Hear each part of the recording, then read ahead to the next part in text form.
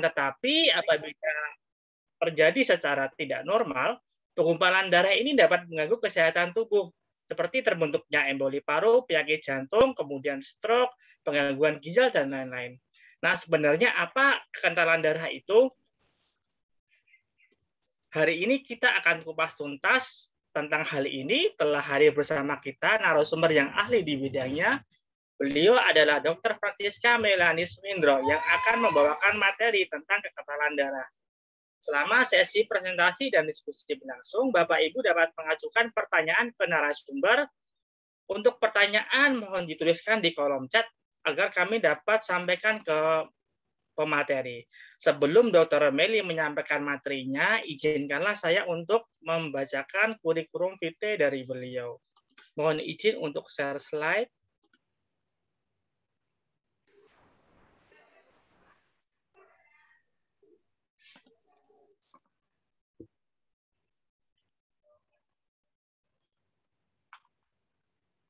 Dr. Francisca Melanie Swindro, beliau lahir di Semarang pada tanggal 11 November, bertempat tinggal di Jalan Cerakawara Utara 3, nomor 27 Semarang. Beliau lulus dari SMA Kolase Loyola Semarang pada tahun 98, kemudian melanjutkan ke pendidikan sarjana kedokteran di Universitas Atmajaya, Jakarta pada tahun 2003. Dan melanjutkan pendidikan profesi dokter umum di Universitas Atmajaya pada tahun 2006. Banyak pelatihan yang sudah beliau ikuti.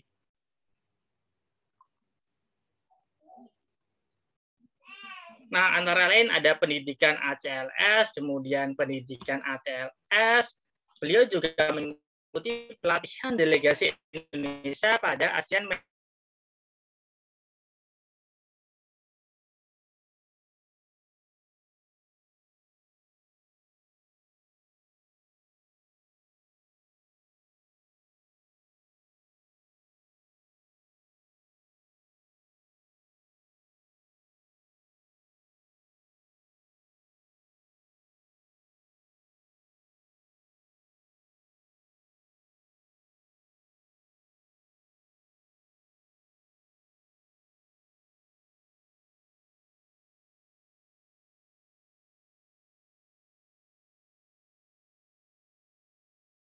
Medical Student Association atau AMSA. Nah,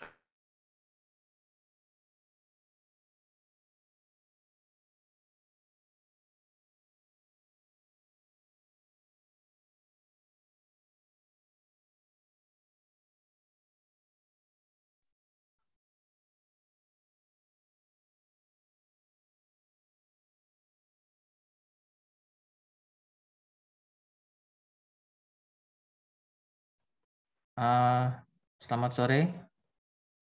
Tampaknya kelihatannya dari moderator ada masalah gangguan sinyal ya. Tolong ditunggu sebentar ya, sambil saya putarkan lagu.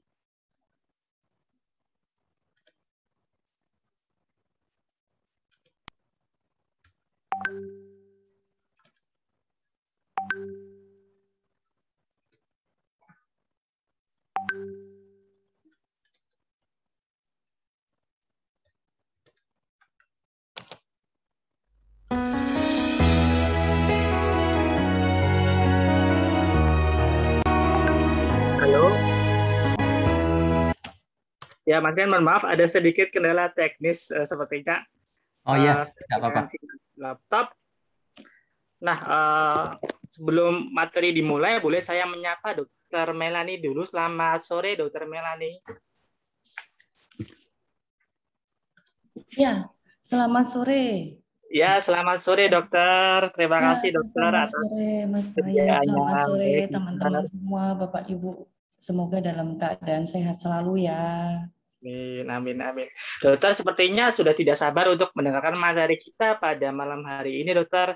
Silakan, dokter Melanie, untuk dapat mulai materinya, dokter. Baik, siap. Terima kasih. Saya izin share screen dulu, cuma mohon bantu dari Prodia untuk karena saya bukan host atau co-host di sini. Baik, tolong ditunggu sebentar, dokter. Baik, siap. Terima kasih. Ya. Baik, sudah jadi co-host, Dok. Ya.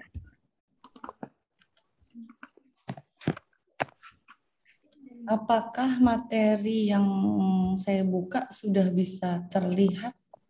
Ya. Sudah Bisa. Dokter. Ya, Tinggal bisa. Baik. Sudah ya. tetap silakan, Dokter. Baik, selamat sore semua Bapak Ibu. Tadi seperti yang sudah disampaikan oleh moderator kita yang ganteng sore ini ya, Mas Wahid ya. Nah ini, jadi materi tentang kekentalan darah itu sekarang menjadi banyak diminati oleh teman-teman semua. Apalagi sejak meledaknya kasus COVID, pandemi. Nah, materi kekenalan darah ini menjadi semakin diminati. Oleh karena itu, kita coba membahas secara detail mengenai kekentalan darah. Mulai dari awal, nanti saya akan coba memaparkan, kita belajar bersama-sama. Baik.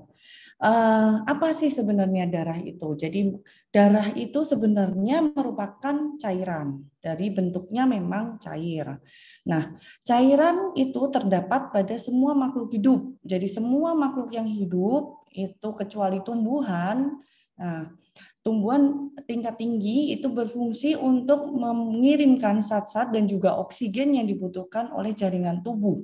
Nah, di sini darah itu mengangkut bahan kimia hasil metabolisme dan juga fungsinya salah satunya juga sebagai pertahanan tubuh terhadap virus atau bakteri. Nah, darah ini memiliki dua komponen utama. Satu bagian cair dan satu bagian padat. Bagian cair itu berupa plasma atau serum sebutannya.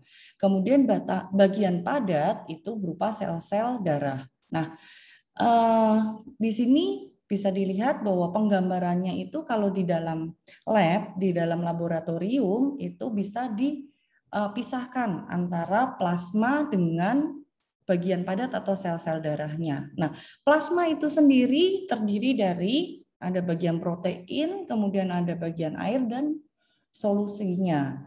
Nah, untuk bagian yang padat itu ada platelet, ada darah putih, ada juga darah merah dengan prosentase berikut ini. Fungsi darah. Nah, darah itu tidak hanya sekedar mengisi pembuluh darah seperti yang dibayangkan. Jadi darah itu berfungsi untuk transportasi. Transportasi apa sih yang diangkut oleh darah ini? Jadi darah ini berhubungan dengan pertukaran oksigen. Nah, kemudian juga berhubungan dengan nutrisi makanan. Kemudian untuk ekskresi, ekskresi itu istilah dari pengeluaran dan juga regulasi. Regulasi itu untuk koordinasi. Jadi juga untuk sistem balance juga.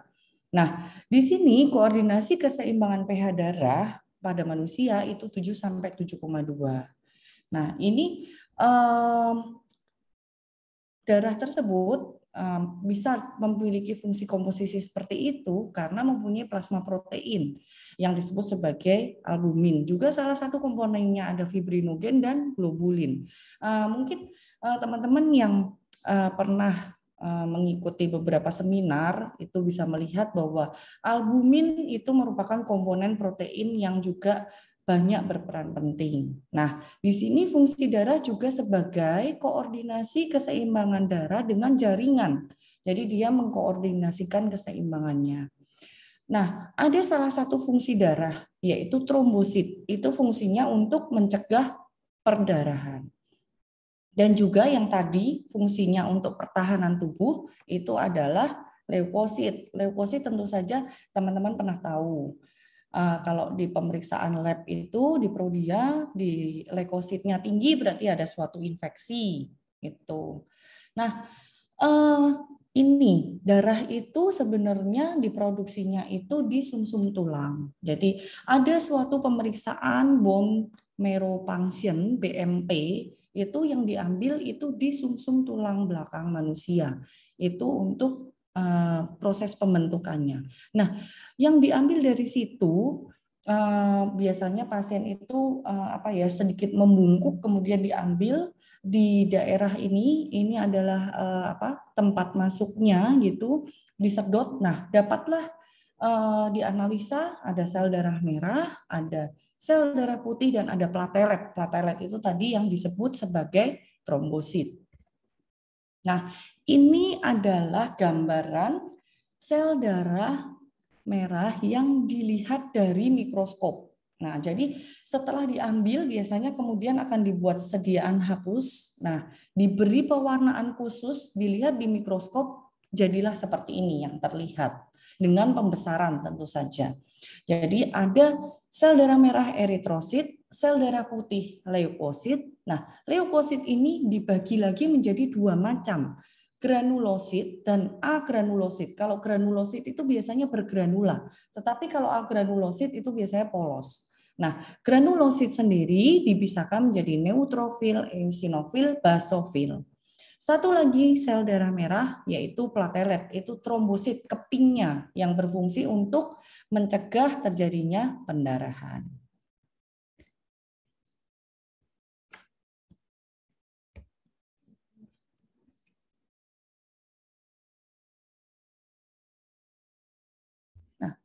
Ini sel darah merah. Jadi ini adalah bentuk sel darah merah yang diambil satu kepingnya.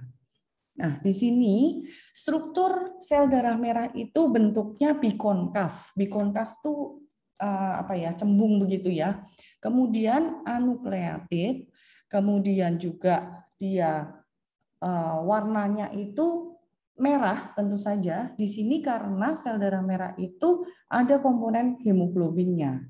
Nah, komponen sel darah merah selain hemoglobin itu ada lipid lemak ATP dan juga karbonik anhidrase. Nah, ukuran sel darah merah itu biasanya antara 7,5 mikrometer dengan ketebalannya kepingnya itu 2 mikrometer. Fungsi utamanya tentu saja untuk membawa oksigen dari paru-paru ke jaringan dan juga membuang suatu produk CO2 atau karbon dioksida. Nah, hemoglobin itu strukturnya seperti helix, jadi pilinan. Nah, ada 4 subunit sebenarnya. Jadi ada 2 subunit jenis alfa dan 2 yang jenis beta. Selain itu, hemoglobin itu di dalamnya ada iron, zat besinya, hem dan Blanche 4O2. Ini adalah struktur dari hemoglobin itu sendiri. Nah, sel darah merah ini berfungsi untuk membawa oksigen. Ini adalah peran yang utama yang harus diutamakan. Jadi kalau sel darah merahnya itu cukup jumlahnya, kemudian kualitasnya baik, tentu saja oksigen yang dibutuhkan oleh jaringan tubuh akan terpenuhi dengan sempurna.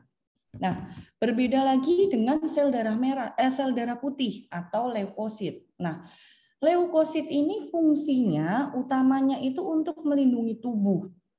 Jadi dia berfungsi untuk mematikan, mengatasi infeksi baik bakteri maupun virus. Jadi kalau dalam pemeriksaan itu leukositnya tinggi, berarti tubuh sedang berperang untuk mengatasi infeksi.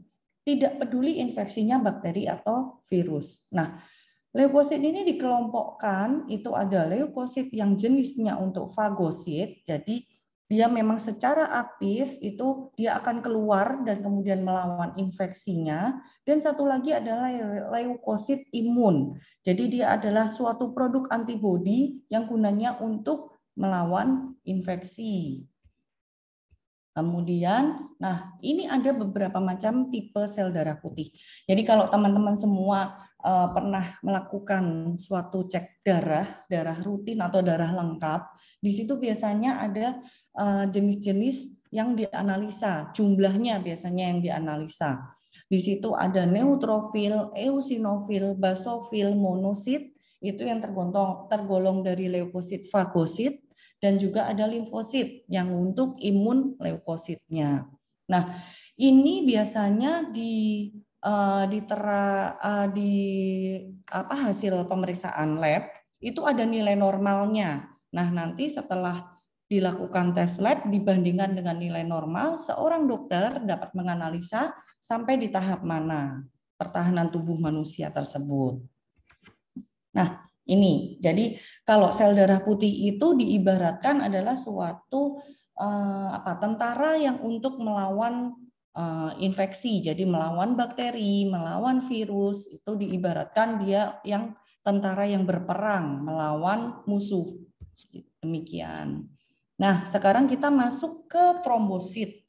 Trombosit ini memang disebut sebagai sel darah pembeku.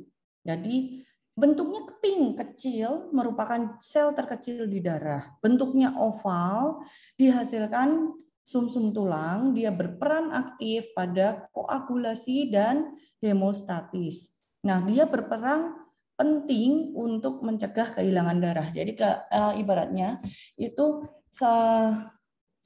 pembuluh darah kita itu bentuknya memang ada suatu seperti saringan, jadi ada celah-celah kecil. Nah, trombosit inilah yang berfungsi untuk menghalangi kebocoran dari saluran tersebut.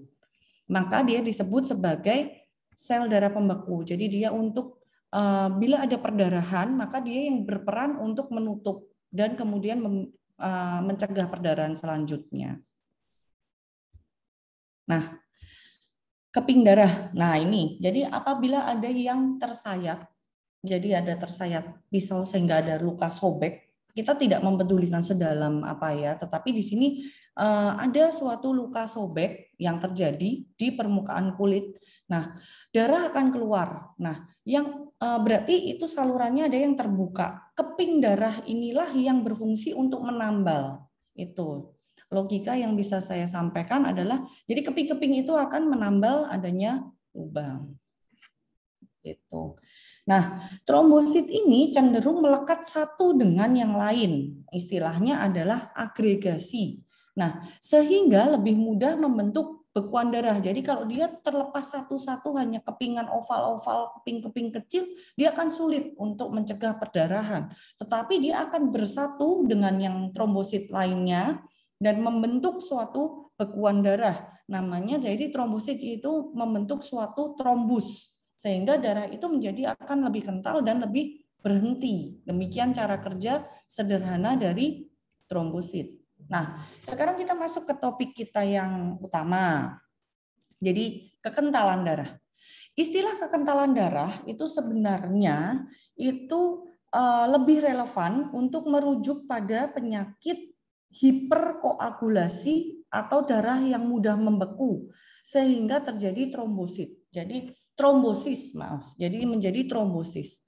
Kekentalan darah itu hiperkoagulasi, jadi Jadi dia hiper gitu. Jadi yang tadinya tidak melekatnya tidak sampai menggumpal menjadi satu bola begitu. Nah, pada orang yang mengalami kekentalan darah, dia akan menyatu gitu, keping-keping itu menjadi satu sehingga gambarannya seperti yang teman-teman bisa lihat semua. Ini gambaran bagaimana pembuluh darah dengan aliran darah yang normal dan mana yang menjadi lebih kental atau hiperkoagulasi tadi. Hiperkoagulasi itu menjadi suatu gumpalan sehingga namanya menjadi trombosis itu. Nah, bahayanya apa sih? Trombosis itu berbahaya bagi manusia bila sumbatannya itu lepas. Jadi tadi yang menggumpal menjadi satu, kemudian lepas satu. Nah, lepas itu dia akan ikut aliran darah, mengikuti aliran darah kemana perginya aliran darah, dan dia akan kemudian berhenti di suatu tempat, dan dia akan menyumbat pembuluh darah yang lainnya. Demikian seterusnya. Itu yang menyebabkan menjadi bahaya bagi seseorang. Kita tidak tahu pembuluh darah mana yang tersumbat berikutnya. Bisa di otak, bisa di pembuluh darah yang lebih kecil, tentu saja dengan resiko yang berbeda. Itu. Nah, sekarang kita masuk ke trombosis. Jadi trombosis itu ada suatu keadaan di mana darah menjadi lebih mudah menggumpal, mudah membeku dan mengental dibandingkan dengan darah yang normal. Akibatnya apa? Akibatnya aliran darah menjadi terputus. Kalau parah menjadi terputus, tersumbat total.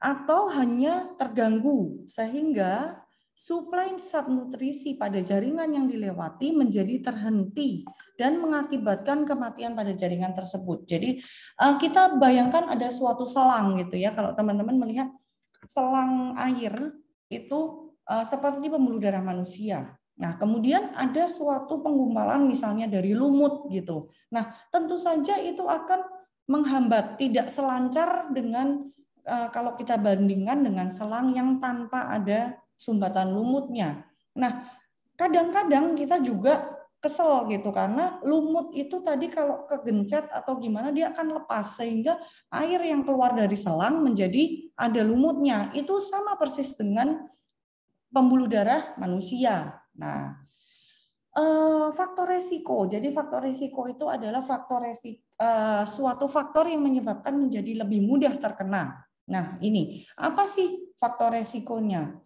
Diabetes tentu saja. Orang dengan diabetes memiliki faktor resiko yang lebih tinggi. Kemudian hipertensi, jadi tekanan darahnya lebih tinggi daripada orang normal. Merokok, jadi seorang perokok itu rokok itu efek sampingnya memang menimbulkan suatu kekentalan darah. Ini biasanya dihubungkan juga dengan vaksin. Jadi ada salah satu vaksin biasanya kalau teman-teman mau vaksin pas kena jatahnya AstraZeneca, kadang-kadang suka nanya, dok efeknya itu kan biasanya kekentalan darah. Nah saya sampaikan, kekentalan darah yang disebabkan oleh AstraZeneca dengan merokok lebih tinggi dari rokok, dari nikotin. Kemudian obesity, kegemukan, dan yang kita tidak bisa tolak adalah faktor genetik. Faktor genetik dan resiko dari famili yang terdahulu. Dan juga makin bertambah usia, resikonya makin lebih tinggi. Pemeriksaan lab. Jadi banyak sih kesadaran masyarakat sekarang itu sadar akan kesehatannya jauh lebih tinggi aware-nya dibanding yang dulu. Jadi di sini banyak pasien-pasien yang sekarang meminta, bahkan sebelum vaksin itu biasanya datang ke dokter, menjumpai dokternya untuk meminta, saya minta lab untuk kekentalan darah gitu biasanya. Nah, kita sebenarnya untuk cek kekentalan darah memang perlu, tetapi kita sebenarnya tidak terlalu perlu takut yang berlebihan gitu. Jadi di sini kita kenali dulu gejala dan penyakitnya, seberapa besar kebutuhannya. Nah, ini. Jadi biasanya ada suatu gejala yang muncul dan biasanya yang dikeluhkan itu ada pada mata. Nah, di sini suka ada keluhan dari pasien itu penglihatannya agak kabur atau bahkan sampai terjadi suatu kebutaan. Nah, biasanya juga ada telinganya berdenging. Itu kalau dalam istilah medisnya adalah tinnitus. Ada gangguan pendengaran bahkan hingga sampai ke tuli. Kemudian saraf. Orang dengan kekentalan darah itu biasanya mengeluhkan sakit kepala, nyut-nyutan, cekot-cekot, dan berulang biasanya. Biasa migrain setengah atau bisa muter, bahkan sampai kejang. Kenapa? Tadi kita ingat bahwa kekentalan darah itu menyebabkan suplai oksigen, suplai nutrisi ke jaringan yang lain menjadi menurun. Sehingga kalau pembuluh darah di leher yang menuju ke otak, maka otak akan menjadi kurang suplai oksigen, bisa kejang, itu gangguannya. Bisa juga vertigo karena saraf-saraf tepinya menjadi nutrisinya terganggu. Nah, jantung yang paling kita takutkan adalah jantung. Biasanya ada keluhan nyeri dada, kemudian ada serangan jantung ringan yang sebelumnya. Otak itu bisa bahkan terjadi stroke. Tadi bila hiperkoagulasi, trombosis itu terjadi, menyumbat sehingga tidak ada suplai oksigen yang ke otak, dia bisa jadi stroke iskemik namanya. Stroke ada dua macam, stroke perdarahan, hemoragik, dan stroke iskemik. Kalau stroke yang iskemik itu karena kekurangan oksigen, suplai nutrisi di otaknya. Pada seorang wanita, organ reproduksi wanita juga bisa terganggu. Misalnya terjadi keguguran yang berulang atau bisa jadi infertilitas, jadi tidak subur. Bisa jadi eklamsi atau preeklamsi. Jadi preeklamsi atau eklamsi ini kondisi seorang wanita itu hamil tetapi dengan tensi tekanan darah yang tinggi. Mungkin kalau istilah awamnya banyak yang mengistilahkan keracunan pada saat kehamilan. Nah, ini adalah eklamsi atau preeklamsi. Bisa jadi kelahiran prematur. Nah, yang keluhan lain yang kadang bisa diabaikan oleh pasien, tidak difokuskan, biasanya ini terjadi pegal-pegal, nyeri, atau biasanya malah terjadi deep vein thrombosis, varises, teman-teman biasanya ya mengistilahkannya. Nah, yang terlalu banyak datang ke klinik itu yang biasanya mengeluhkan adanya serangan jantung dan stroke, karena itu pembuluh darah yang penting dalam tubuh manusia.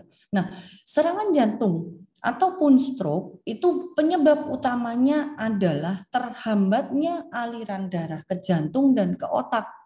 Nah, ini kita tanya kembali, mengapa bisa terjadi? Nah, salah satunya adalah penumpukan lemak pada dinding pembuluh darah, sehingga membuat pembuluh darah itu menjadi sempit. Jadi diameternya tadinya misalnya diameternya lebar, kemudian ada sumbatan setengah. Nah, biasanya kalau teman-teman suka ada sumbatan di jantung, di pembuluh darah jantung, suka tanya berapa persen penyumbatannya. Nah, ini persentasenya adalah ini menyempitnya itu fungsinya. Kemudian pembuluh darah itu bisa jadi menjadi keras, mengeras atau kaku yang disebut sebagai aterosklerosis. Nah, penyebabnya yang lebih itu penyebab yang banyak umum terjadi karena penumpukan lemak tadi. Tetapi yang utama itu biasanya adanya bekuan darah atau trombosis yang menyumbat di pembuluh darahnya. Kalau ini tadi yang disebut sebagai penumpukan lemak, tadi yang saya sebutkan sumbatan itu ya. Jadi kolesterol itu bergabung dengan lemak dan juga komponen yang lain di dalam darah, kemudian menumpuk di dinding dalam permukaan pembuluh darah. Nah, akhirnya pembuluh darah itu akan menjadi tersumbat dan menyempit. Akibatnya aliran darah menjadi terganggu. Bahkan aliran darah bisa terhenti kalau sumbatannya total. Itu. Nah, untuk mengatasi sumbatan yang dari lemak, pemeriksaan laboratoriumnya sudah jelas dan ini banyak sekali dilakukan. Kolesterol total, kolesterol LDL direct, HDL, trigliserid, APO A1, APO B, dan juga ASCRP. Ini sudah biasanya kalau di lab itu sudah ada paket lemak biasanya istilahnya ya. Nah, kemudian kita akan bahas mengenai keguguran berulang. Keguguran berulang ini merupakan kejadian keguguran yang paling tidak sebanyak 2 kali atau lebih, tetapi berturut-turut pada usia kehamilan kurang dari 20 minggu atau berat janinnya kurang dari 500 gram. Jadi bisa dinyatakan keguguran berulang itu apabila 2 kali, paling tidak ada 2 kali. Dan 2 kali atau lebih, jadi minimal 2 kali, tetapi itu berturut-turut. Jadi nggak bisa kalau selang-seling. Jadi habis ini keguguran, habis itu lahir keguguran, itu tidak dinyatakan berulang, berturut-turut. Gitu. Cuma resikonya menjadi tinggi. Nah, keguguran yang berulang ini disebabkan karena berbagai macam faktor yang salah satunya dinamakan sebagai APS, antiphospholipid syndrome. Ya kalau pada saat dulu saya sebelum menikah, married, itu memang melakukan pemeriksaan premarital. Salah satunya ada APS yang diperiksa. Jadi antiphospholipid syndrome-nya itu kita periksa. Karena kita tidak mengetahui adanya gejala apapun. Jadi tiba-tiba aja keguguran berulang bisa terjadi. Ternyata setelah dicek APS-nya yang bermasalah. Nah, ini. Jadi prevalensi APS pada keguguran 15% itu jika tidak diobati keguguran di kehamilan berikutnya menjadi lebih tinggi. Jadi bahkan bisa menjadi 90%. Nah, diagnosis APS ini biasanya dikombinasi antara kriteria klinis dan laboratoris. Jadi kita tidak bisa menimbang salah satu. Biasanya dokter akan menganalisa dari dua sisi. Ada klinisnya dan ada laboratnya. Jadi untuk menentukan suatu diagnosa penyakit, biasanya seorang dokter itu akan melihat gejala klinis dan juga laboratorium. Karena laboratorium merupakan penunjang utama dari pemeriksaannya. Nah, pasien asimptomatik itu maksudnya tidak ada keluhan, tidak ada gejala. Biasanya memang tidak dianjurkan untuk screening APS karena berisiko ditemukan hasil positif palsu. Ini sebabnya kenapa ditekankan bahwa seorang dokter biasanya menganalisa dari dua sisi. Ada keluhan, kemudian kita cek. Kalau tidak ada keluhan, biasanya kita cek, nanti akan menjadi resiko positif palsunya. Nah, apa sih kriteria klinis dari APS itu? Nah, ini biasanya screening dari APS yang dilakukan. Biasanya ada trombosis arteri, vena, kemudian pembuluh darah kecil. Trombosis ini harus dikonfirmasi dengan kriteria objektif, jadi harus terlihat ya kalau trombosis vaskular. Nah, kemudian kita masuk ke screening yang mengenai morbiditas kehamilan, kematian pada saat kehamilan. Jadi ada satu atau lebih kematian janin dengan morfologi normal pada usia kehamilan 10 minggu, kemudian dilihat biasanya kan di USG begitu. Nah, biasanya setelah ada riwayat ini maka akan dimasukkan ke dalam kriteria. Atau mungkin adanya kelahiran prematur. Jadi kalau prematur itu sebelum aterem, jadi sebelum 3-4 minggu. Atau juga adanya eklamsi, preeklamsi itu kita lihat. Kemudian ada 3 atau lebih aborsi spontan, jadi berturutan, ada kelainan-kelainan yang menyebabkan seorang itu mengalami aborsi, kemudian tapi tidak ada kelainan kromosom. Jadi kalau karena kelainan kromosom kita mesti cek sel telur dan sel spermanya. Setelah dicek tidak ada kromosom ya kita larinya ke APS. Nah, ini mengenai kriteria laboratoris. Jadi lupus antikoagulannya, kemudian ACA itu antikardiolipin antibody dan anti beta 2 glikoprotein. Ini sudah biasanya tertera di checklist. Ini ada algoritma bagaimana kita bisa mendiagnosis seorang menjadi APS. Nah, biasanya pertama kali kita akan melihat ada suatu kriteria klinis dulu yang dirasakan. Nah, setelah itu kita akan melakukan 3 macam pemeriksaan tadi. Lupus antikoagulan, kardiolipin antibody, kemudian anti beta 2 glikoprotein 1. Nah, kalau negatif semua berarti ya sudah. Ini jadi pasien tidak memenuhi kriteria laboratorium. Jadi kalau klinisnya jelas, maka kita pertimbangkan untuk cek ulang.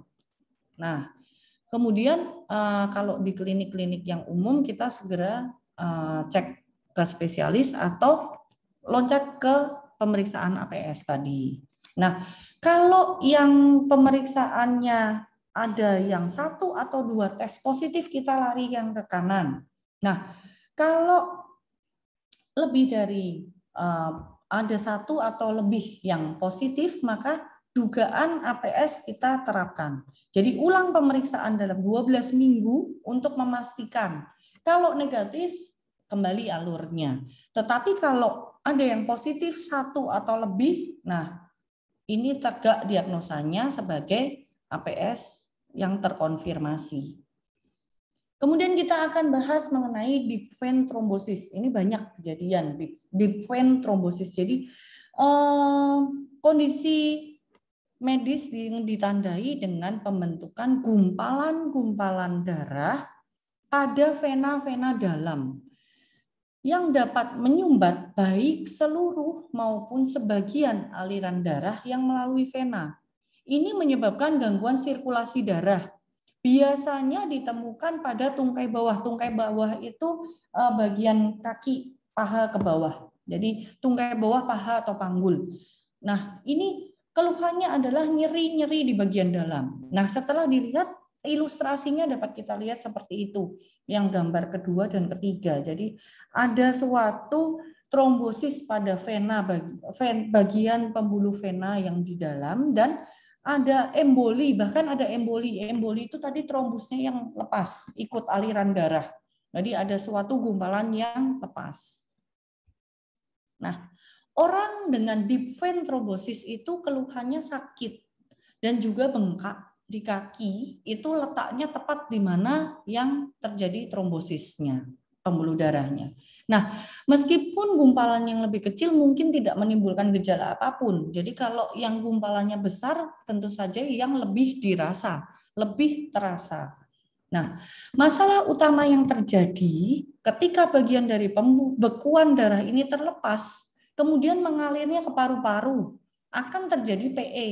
Jadi paru-paru, emboli pada paru. Nah, menyebabkan cedera parah atau bahkan bisa menyebabkan kematian. Ini bahayanya. Emboli paru dapat terjadi ketika sebuah fragmen dari bekuan darah yang istirahat tadi lepas dari dinding pembuluh darah, kemudian dia ikut aliran darah migrasi ke paru-paru. Nah, di mana blok arteri paru-paru atau salah satu cabangnya dan dapat mengakibatkan kematian mendadak. Jadi bisa dibayangkan ada sumbatan suatu gumpalan, kemudian lepas, ikut aliran darah, dan aliran gumpalan itu tadi menyumbatnya di arteri paru-paru, di pembuluh darah paru-paru. Nah, penyakit kondisi seperti ini itu dikenal sebagai tromboemboli vena. Nah, pemeriksaan dedimer. Nah, ini banyak setelah COVID, setelah penyintas biasanya pada mau cek dedimer. Jadi dedimer itu sebenarnya adalah produk pemecahan bekuan fibrin, tapi dia spesifik ya, bekuan fibrin yang spesifik. Nah, tujuannya itu untuk apa? Tujuannya untuk membantu mengeksklusi deep vein thrombosis atau pulmonary embolism tadi. Manfaatnya tentu saja untuk mengevaluasi pasien. Tapi pasien dengan apa? Pasien dengan gejala ada nyeri kaki, bengkak, perubahan warna, merah, udem, bengkak di kaki. Kemudian ada kalau yang di paru-paru itu ada sulit bernafas, batuk darah, nyeri dada. Nah, atau ada perdarahan gusi yang berkali-kali. Kemudian ada kalau mual muntah, nyeri abdominal itu tidak spesifik, tapi biasanya ada perdarahan gusi yang berkali-kali. Nah, atau untuk pemantauan terapi pada pasien di IC. Jadi pasien di IC itu kita berikan suatu obat-obat tertentu yang untuk pengencer darah, untuk lain-lain. Nah, kita memantaunya adalah dengan melihat dedimer ini. Ini adalah jenis-jenis pemeriksaan yang tersedia di laboratorium bila kita mau memeriksakan resiko trombosis. Ya, jenis pemeriksaannya itu ada protein C, kemudian AT3, fibrinogen, dan lain-lain. Nah, pemeriksaan ini biasanya untuk mengetahui kadar protein C di dalam tubuh yang berperan dalam proses pembekuan darah. Jadi kalau protein C ini memang berperan untuk mencegah pembentukan suatu trombosis ini ya. Kemudian identifikasi afibrinogenemia kongenital. Jadi pada pasien-pasien di IC.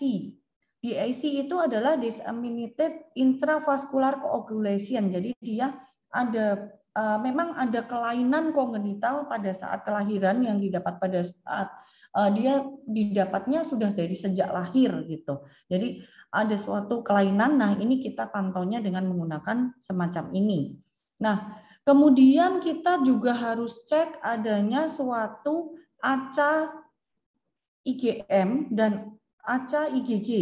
Biasanya ini digunakan untuk mendeteksi terjadinya keguguran berulang, trombositopeni, trombosit yang turun, dan juga trombosis vena serta arteri.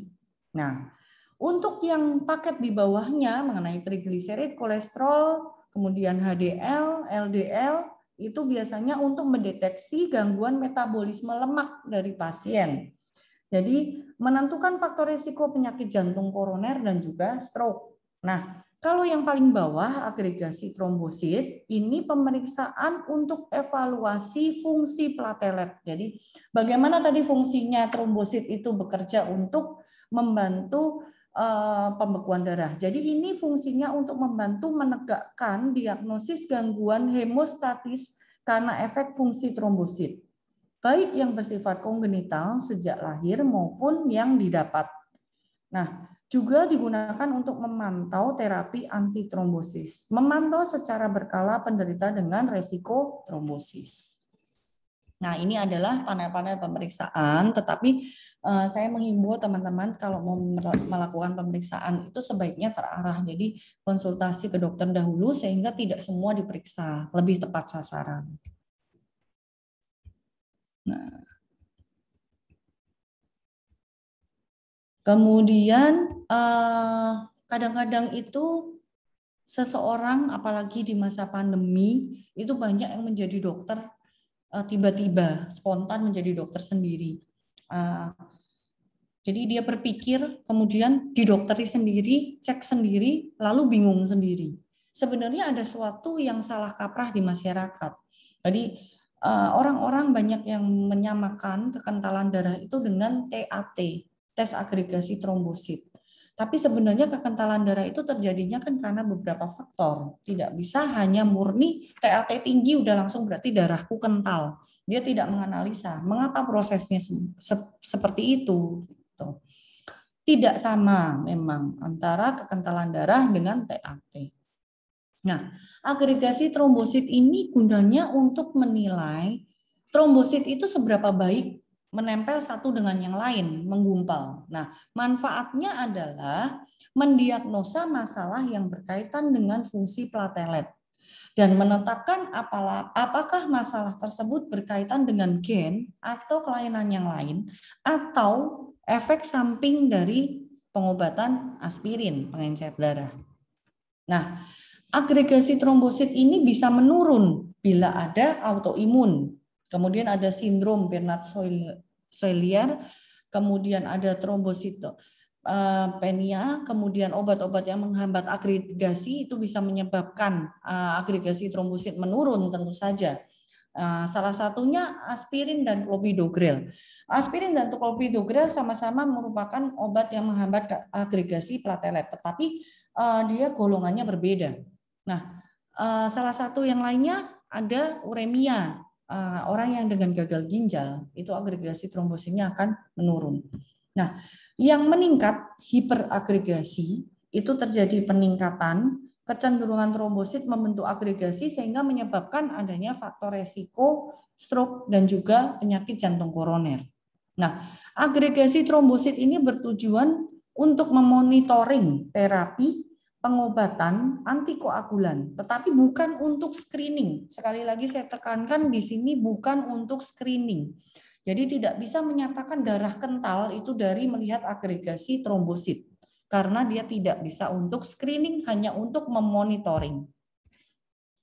Jadi untuk monef bisa, tetapi tidak bisa untuk screening orang awam. Jadi kesimpulan di sini yang bisa saya sampaikan. Kekentalan darah itu merupakan kondisi di mana darah menjadi mudah membeku, mengental, dan mengakibatkan aliran darah terganggu. Kemudian gejala yang muncul itu bisa menjadi sangat luas dan mengakibatkan penyakit-penyakit yang berlainan antara yang satu dengan yang lain, tetapi dengan lokasi aliran darah menjadi terganggu. Nah, pemeriksaan laboratorium untuk kekentalan darah yang ada tersedia di Prodia itu adalah panel trombosis, tetapi dengan fungsi-fungsi tertentu yang tadi sudah disampaikan. Untuk materi, ya ini panelnya. Jadi ini adalah pemeriksaan yang sudah tersedia di Prodia. Nah, ini pemeriksaan ini dapat dilakukan bila mana teman-teman semua mau melakukan tes untuk kekentalan darah. Gitu. Nah, mungkin itu yang bisa saya sampaikan untuk materi kekentalan darah. Nah, keep in mind to stay healthy. Terima kasih semua teman-teman. Silahkan bila ada pertanyaan. Baik, terima kasih Dokter Melani. Menarik sekali ya informasi yang diberikan tentang kekentalan darah. Ternyata TAT bukan kekentalan darah ya dok. Maksudnya TAT itu bukan satu-satunya kekentalan darah. Jadi banyak faktor yang menyebabkan kekentalan darah Ya, selain TAT itu sendiri ya dokter J. ya Baik, betul sekali Mas. betul. Jadi nggak bisa kita pukul rata. Jadi itu adalah salah satunya, tetapi itu bukan satu-satunya. Betul. Soalnya terkadang ada pasien kadang datang ke Prodia minta tes seperti itu dokter. Padahal ya yang perlu tadi kalau kekentalan darah yang panel. Betul. Baik dokter, menarik sekali dokter. Ini sudah ada cukup banyak dokter untuk pertanyaan yang masuk, ada sekitar 10. Semoga nanti waktunya cukup ya dokter. Karena materinya cukup panjang, kita bahas dari awalnya dulu biar nggak skip gitu ya Mas. Ya dokter. Pertanyaan pertama boleh saya bacakan dari Dokter Megawati Wijaya dok dari Jakarta. Dokter, mengapa seseorang bisa timbul kekentalan darah terutama untuk penyintas COVID dokter? Kemudian bagaimana mengobatinya dan mencegahnya agar kekentalan darah tidak terjadi dokter? Ya, oke. Ya. Nah, oke. Terima kasih pertanyaannya. Nah, cukup menarik karena berhubungan dengan kondisi pandemi saat ini ya.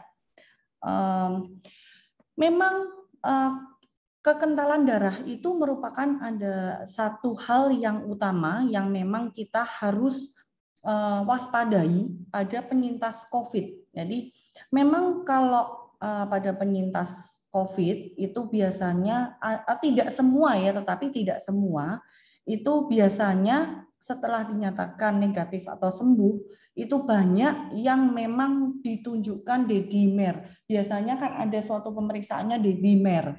Nah, D-dimernya itu menjadi tinggi biasanya. Nah,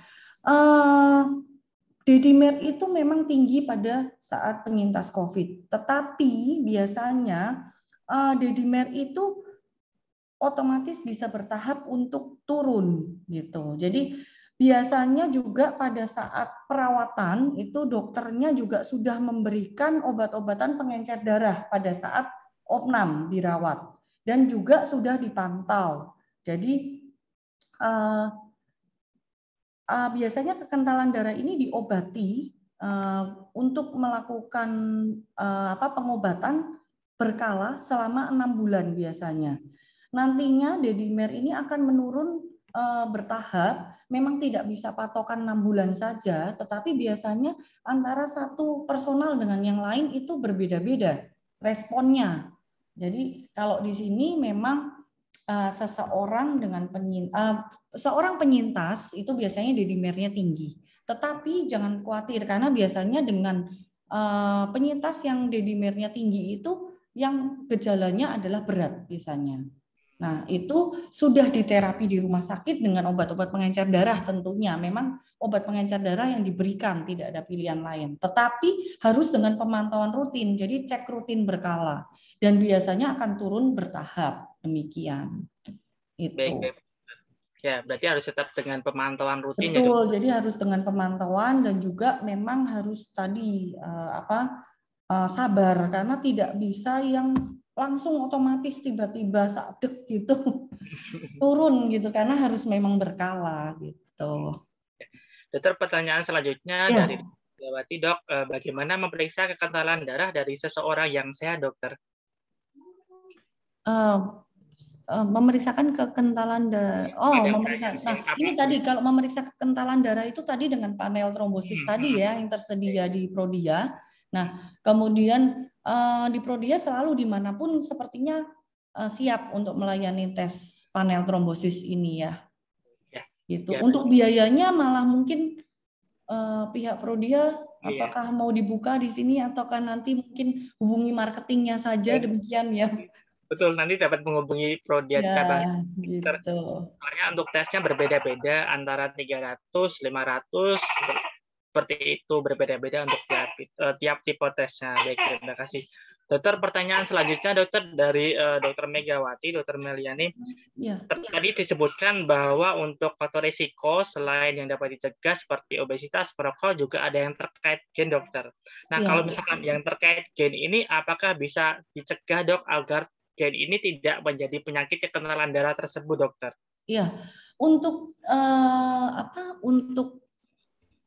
saya stop share screen dulu ya. Nah, sebenarnya untuk genetik itu kita tidak bisa melawan ya. Kalau memang genetik itu kan suatu faktor resiko yang diturunkan terikat dengan genetik, tentu saja kita tidak bisa melawan.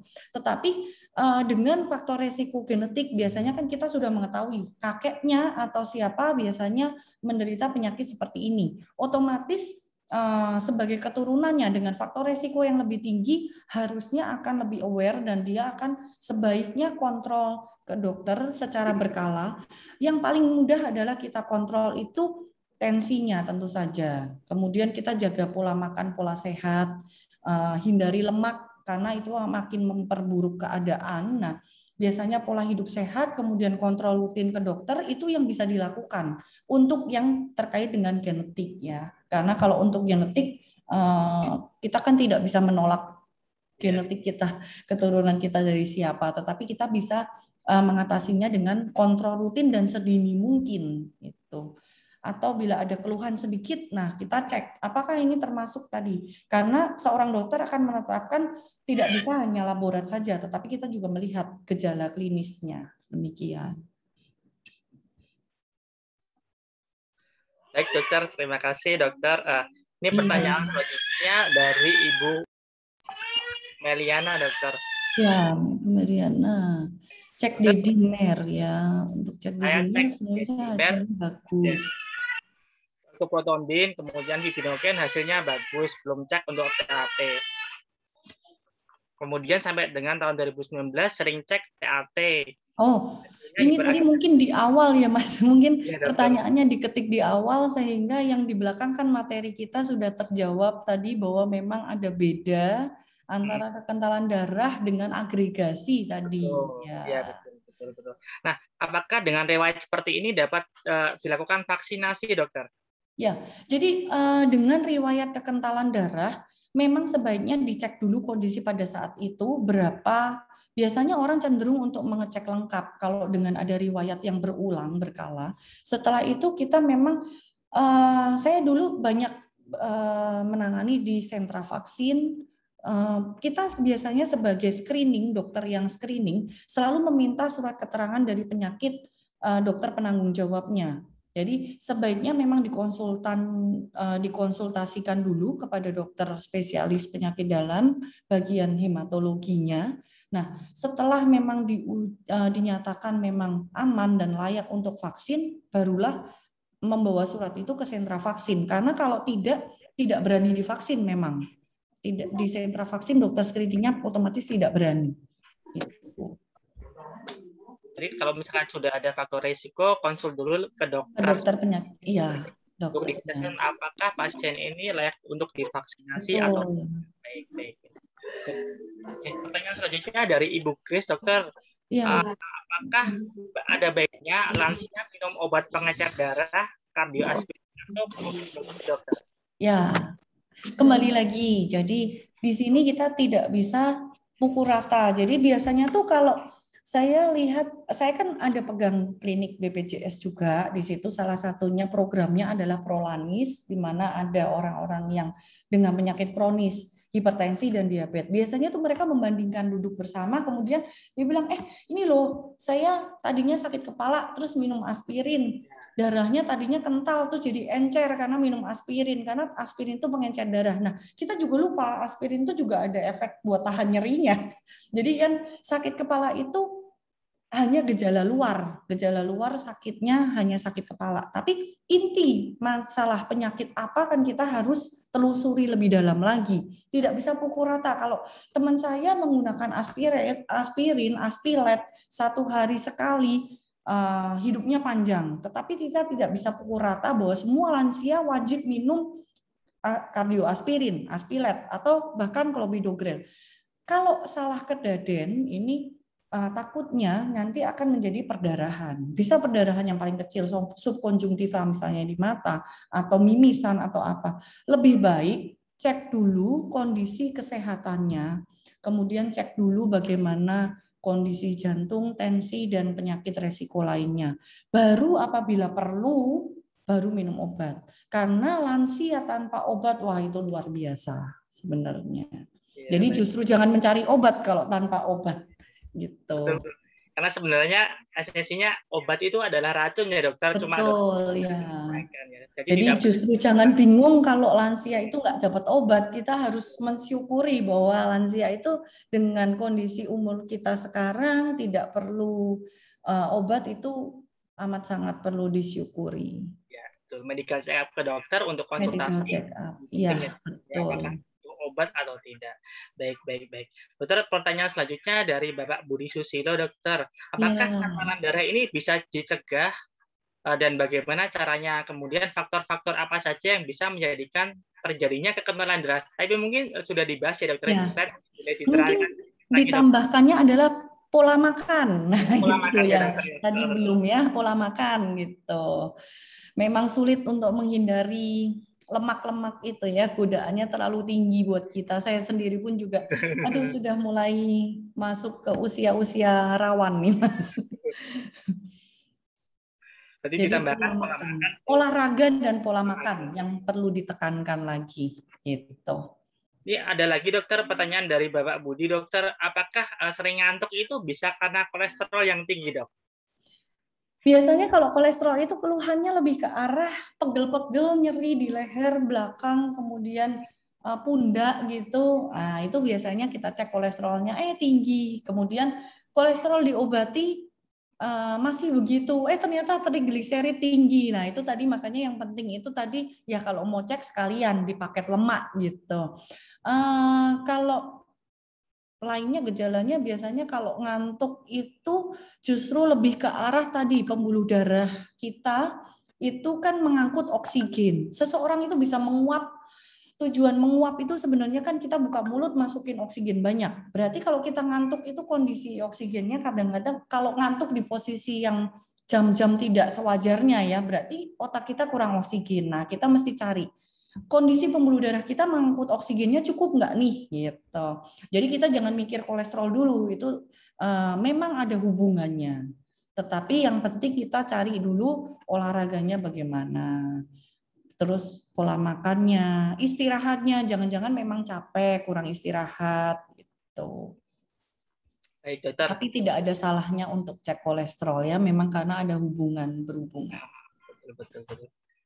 Biasanya cukup kaget ya dok, kalau misalkan belum pernah medical check up, cek kolesterol. Saya juga sering medical check up tahunan, tapi biasanya agak jadi sering maksudnya makannya sembarangan seperti itu, dok. Nah, kemudian ini dokter, tadi dokter Melanie sudah menyebutkan untuk vaksin AstraZeneca bisa menyebabkan kekentalan darah. Nah, ini ada Bapak Aminotovo bertanya tentang vaksin Sinovac, dok. Apakah vaksin Sinovac ini juga dapat menyebabkan kekentalan darah nggak ya, dok ya? Jadi gini, kalau untuk di vaksin sendiri itu memang salah satu kondisi KIPI, kejadian pasca imunisasi itu terkadang memang ada kekentalan darah. Nah, untuk Sinovac memang diyakini biasanya gejala efek sampingnya lebih minimal. Tetapi di sini saya kembali lagi bahwa tidak perlu takut dengan resiko kekentalan darah pada efek vaksin. Karena AstraZeneca pun yang menimbulkan efek kekentalan darah yang sudah jelas studinya itu hanya 0, sekian. Sedangkan pada perokok itu justru 1, sekian resikonya. Jadi minim sebenarnya sih itu. Kemudian untuk screening yang layak untuk vaksin dan tidak, itu screeningnya hanya di autoimun, kemudian autoimun 1, kemudian riwayat alergi, kemudian yang pada saat itu ada sakit penyintas COVID atau tidak, terus kontak dengan COVID apa tidak, jadi yang statusnya tidak jelas. Untuk yang kolesterol, asam urat, asam lambung itu di screening memang tidak tertera gitu.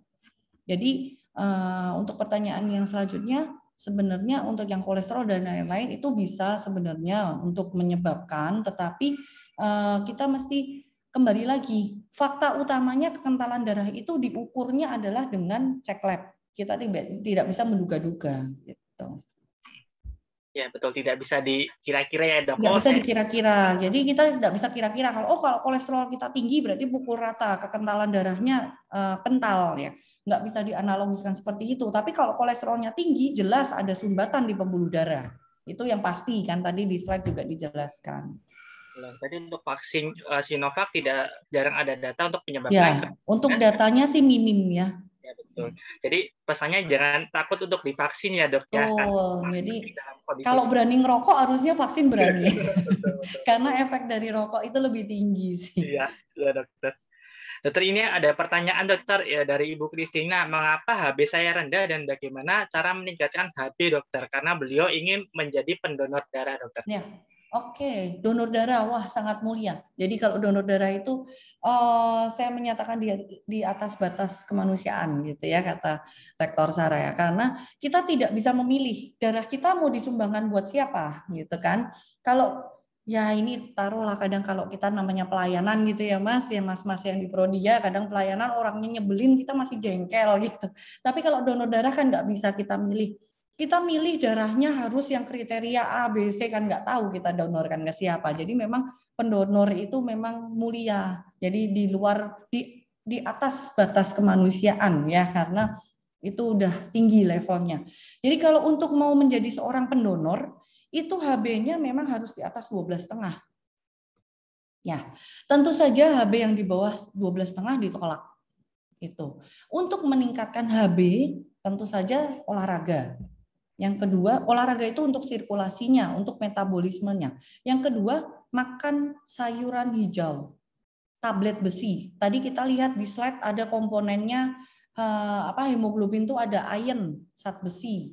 Ya, di situ kita mesti lihat makanan-makanan dengan zat besi atau minum suplemen besi. Nah, itu yang bisa digunakan untuk meningkatkan HB. Kemudian istirahat cukup tentu saja. Ya, tadi sudah dijawab ya untuk apa saja yang dapat kita lakukan untuk dapat meningkatkan kadar HB-nya. Baik, menarik sekali. Ya, dokter, ini ada pertanyaan dari Bapak Joko. Dokter, apakah olahraga dan minum air putih yang banyak bisa mengurangi kekentalan darah, dokter? Jadi kalau misalkan darah kita kental, minum air putih bisa encer nggak ada itu? Ya, jadi gini kita nggak bisa pukul rata, maksudnya analoginya seperti sirup gitu ya. Jadi kalau kental kita tambahin air putih jadi encer gitu, enggak. Jadi pembuluh darah itu kan ada intraseluler dan ekstraseluler cairan itu. Jadi kita tidak bisa dengan mudahnya seperti menambahkan air ke dalam segelas sirup gitu. Nah, yang penting itu tadi kekentalan darah itu kan banyak faktor resiko di slide sudah ada. Nah, salah satunya memang kita olahraga untuk hemostatis, untuk keseimbangan, untuk untuk lebih metabolismenya menjadi lebih meningkat sehingga pengolahan lemak kolesterol tadi juga bisa lebih baik gitu. Olahraga bisa. Nah, minum air putih mungkin hubungannya lebih ke arah spesifiknya dari uremianya. Jadi kita membuang ureumnya sehingga kekentalan darah itu juga bisa lebih diatasi. Demikian. Ada efeknya, tetapi bila sudah dinyatakan kekentalan darahnya lebih daripada normal, kita tidak bisa semata-mata hanya olahraga dan minum air putih.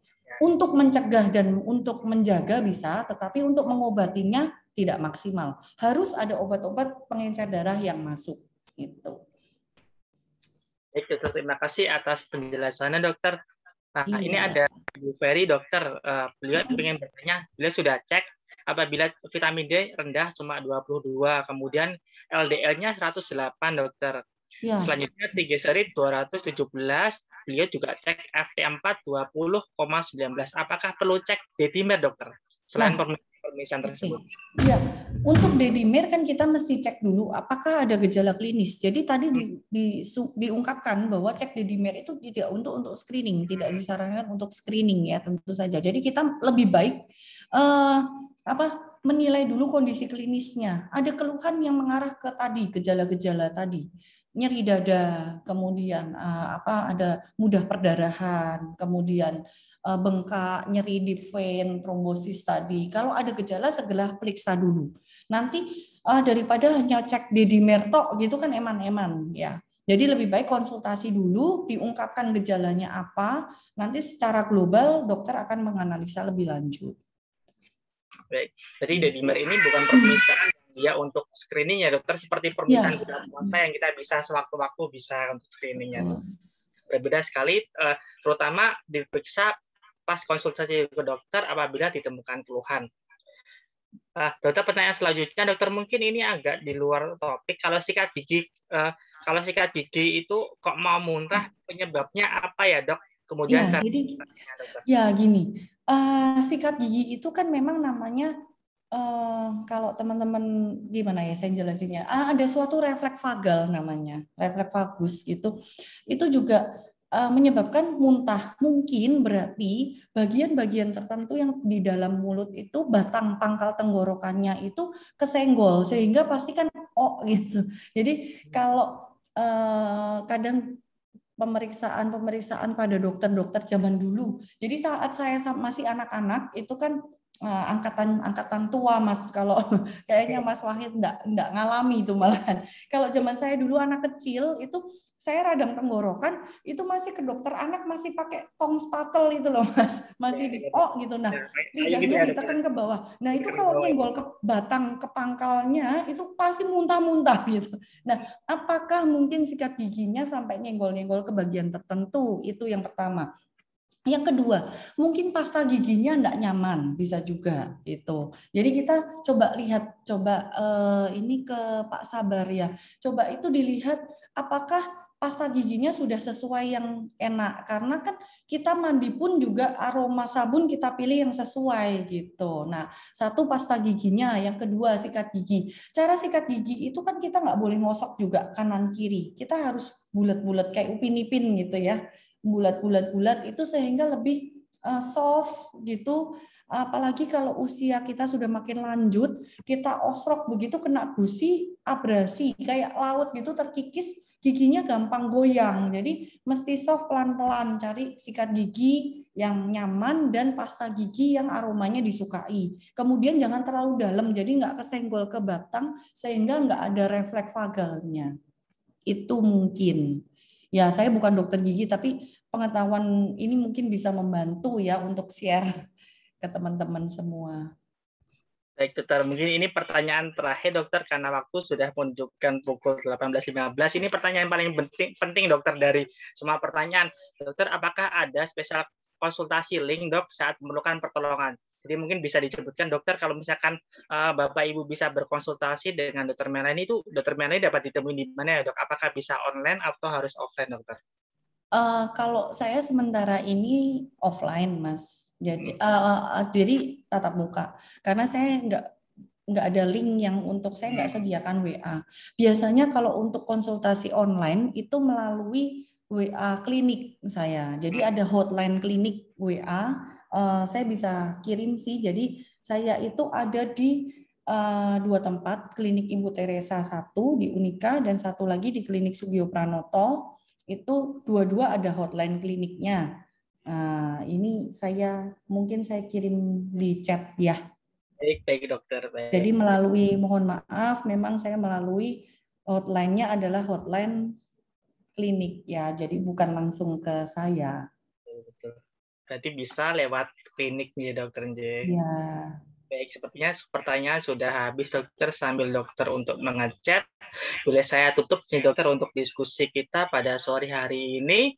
Karena keterbatasan waktu juga, mohon maaf kami belum dapat menjawab. Kalau misalkan ada pertanyaan masuk lagi dari Bapak Ibu sekalian, sebelumnya kita mari berikan aplaus secara virtual kepada Dr. Melanie yang telah berkenan memberi tambahan wawasan bagi saya dan Bapak Ibu di malam hari ini. Nah, untuk menutup acara pada petang hari ini, boleh saya ambil poin-poin penting. Seperti yang sudah ditambahkan banyak oleh Dr. Melanie, bahwa yang pertama adalah kekentalan darah atau trombosit itu tidak bisa dianggap sepele.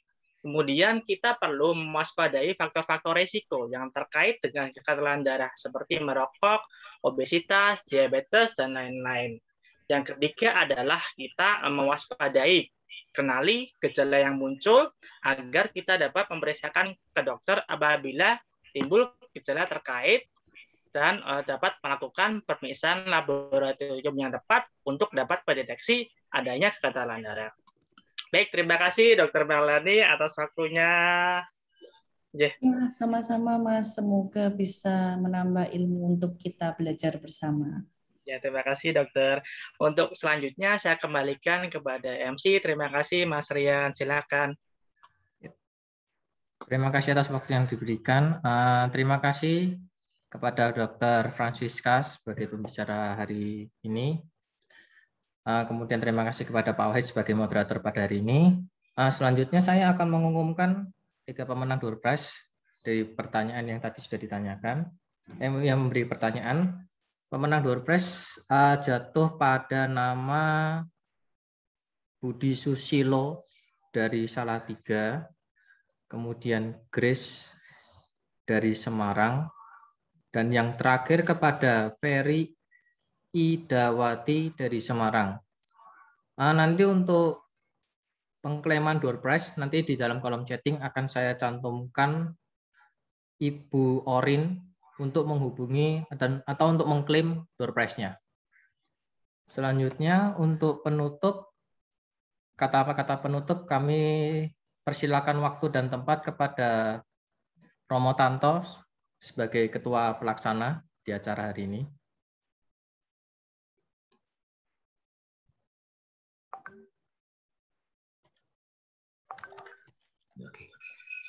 Namo Buddhaya. Salam sejahtera untuk teman-teman. Terima kasih kepada Dr. Melani yang telah menyempatkan waktunya sebagai pembicara di acara Generasi Muda Walubi. Juga terima kasih kepada Pak Wahid sebagai moderator kita.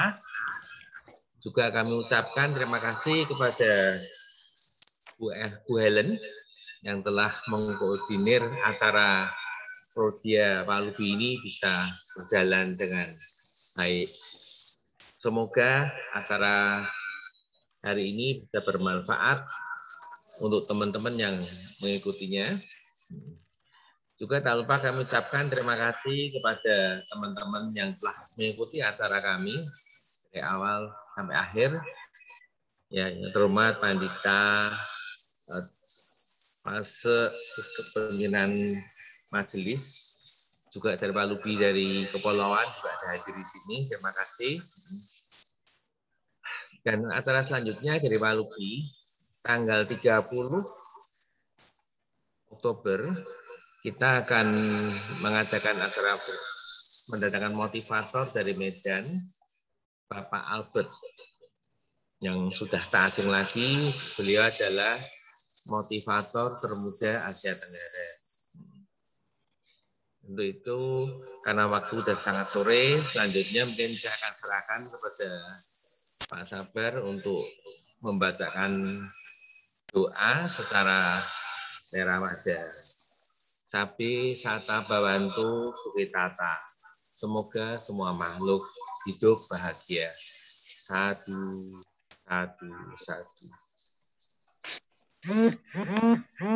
Oke, terima kasih waktu yang telah diberikan sama saya untuk menutup acara pada sore hari ini, dan kami tidak lupa mengucapkan kami atas nama BPD Walubi Jawa Tengah mengucapkan banyak terima kasih kepada Dr. Melani sebagai moderator pembicara, Bapak Wahid sebagai moderator, dan Ibu Helen dari Prodia, sehingga acara ini dapat berjalan dengan